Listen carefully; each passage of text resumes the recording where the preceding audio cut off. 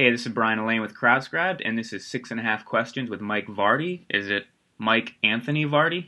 No, no, it's not Mike Anthony Vardy. The middle, some things have to remain a secret. The middle name is that's Ryan. It's Ryan Okay. actually. So I almost was a Brian though. Really? I almost was a Brian, but Michael won out in the day. Okay. Sorry to hear that.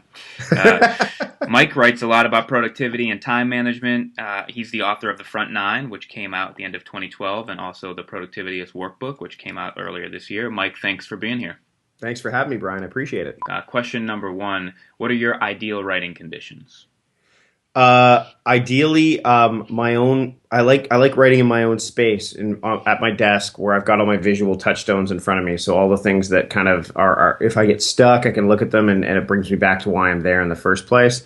Having either my MacBook Air or my iPad in front of me, one of the two. So I mean, and more my iPad's becoming a place where I'll spend more time writing because it's more of a or a single tasking device Right. than the MacBook Air. And honestly, you can see probably in the background here, it's really sunny here in Victoria today. So to have like my sliding glass door open and just having the breeze come in and kind of reminding me that yes, there is an outside world Yeah. while I'm trying to put some words to page. That's the ideal. That's the ideal setting that allows me to get the words flowing out and onto screen, and then either into paper or into somebody's Kindle or Kobo or iPad or what have you. If people haven't figured out yet, you are our first Canadian on 6.5 Questions, so that's a great thing. It's not something to be write home about, I guess. Exactly. All right, question number two. Of all the parts of writing a book, from the start where you've got a blank page in front of you to the end where you're doing a lot of editing, what part gives you the most energy? The start. I really think the start does, because at that point, what I do is I don't really outline a lot. I'll put together a small outline when I'm writing, mainly because I just feel that it'll help me get keep things flowing once I'm moving. Yeah. But the start generally gets me going. Like I'm more of a sprinter off. I get a fast start, and then as I hit the middle and the end, especially the slog starts to hit in, and of course you get excited by another project or what have you. So Right. you have to use all your focus and willpower to get back to the project at hand. But the start is definitely the thing that I get the ball running, and I'm able to use that as fuel for the rest of the haul. All right, question number three. Your book, The Front Nine, was traditionally published. What surprised you most about that process? Um, well, what surprised me the most about it was just how, like from finishing it up to getting it to where it was actually deliverable and ready to go, is a much longer time span than like what I've done with like the Productivityist Workbook or even like my manifesto or things like that, where I could just have it designed, deliver, and get it out the door. The other thing I think that surprised me the most was initially it was supposed to be self-published. I had every intention of going self-published with it, and then my agent saw it and said, I think I have somebody that's interested. So that might have been even more surprising. It was like, oh, okay. So the option of being able to traditionally publish it was very surprising to me, and it wasn't even something that entered my mind until it actually became a reality. All right, question number four. For folks out there who think they might have a book in them, but are not sure where to start, as a productivity guy, what advice do you have for them? I think that the biggest thing is to get it down on make it a tangible goal, make it a tangible thing in your task management list or your project management list or what have you.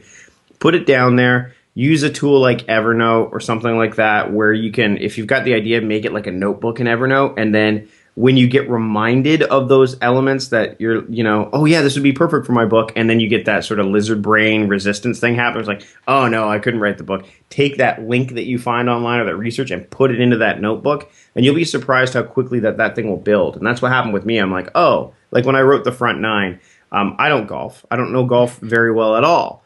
I live in a place where we can golf year round, believe it or not. So I was surrounded by that culture, and I was able to take those elements of the golf game and apply it to real life sort of parameters. Same thing with the workbook. I just looked at it and said, there's an introductory guide here that I can put together.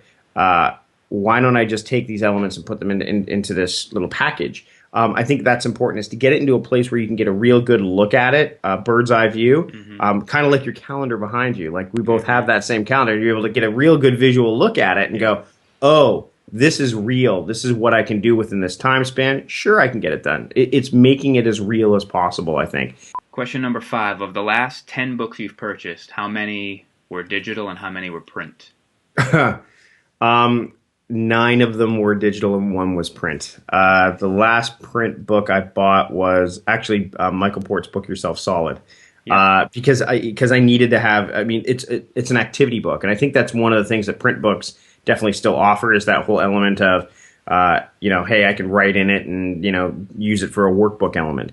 But everything else goes on my Kobo. Like I've got, which is a little tiny guy, and I mean, because I can bring it with me, and even when I'm backing like some projects or whatever, which I've done before. I've just said, yeah, give me the digital version of the book because it just, it's something I can digest quickly, easily, and anywhere I want. Yep. All right, question number 6. Off the topic of books for a minute.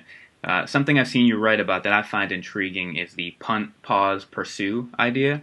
Can you give us like a brief explanation of that and maybe how it can help writers be more productive?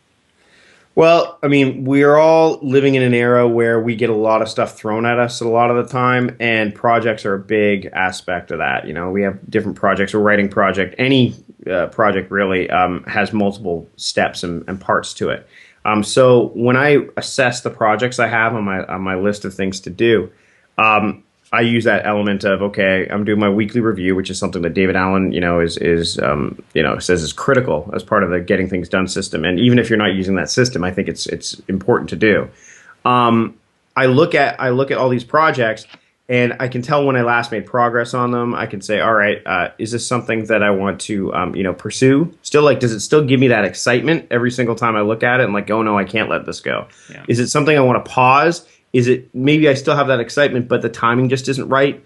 As a stay-at-home dad, there are things where I would love to be able to do certain things that would take up more time, but Tuesdays and Wednesdays are my days with my kids. Yeah. So that removes it from the equation.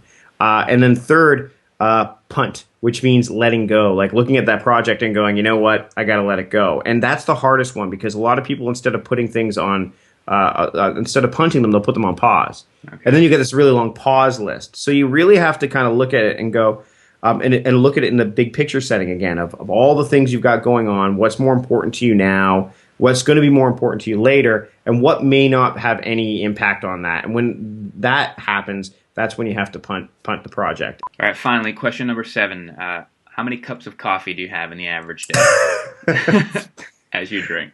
2. I don't have very many. I have an AeroPress at home, so and we get good beans and stuff, so I can normally get by with 1 or 2, no more. I have a Soda Stream as well. I'm trying to get into tea a bit more. Tea because of the drawn out elements of the caffeine that's involved. Yeah. I'm a night owl, so that's why I kind of the coffee gets me started in the morning. I mean, it's a little bit later in the morning as we're recording this, but I'm still needing it at this point. Sure. And then later on in the day, I'll have a cup of tea at the end of the day, and it depends on what I have to do that night. That will determine, do I have a chamomile or do I have something that's got a little bit more of a jolt to it over the long haul, so I can get working on that book that desperately needs working on. So right. So you can visit Mike online at productivityist.com. And to connect with readers and authors, find great books, and maybe publish one of your own, you can visit CrowdScribed.com. Thanks so much for your time, Mike. Thanks for having me, Brian.